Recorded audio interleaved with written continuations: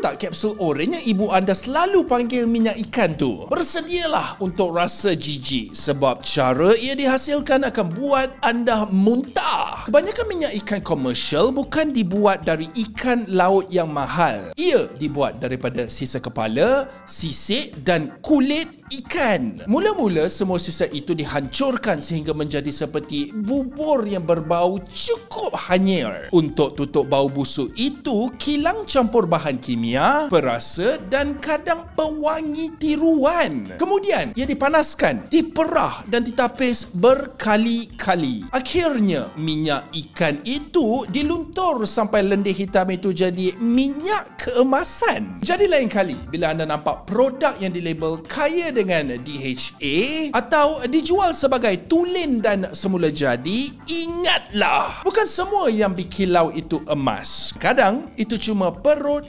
ikan yang disolek.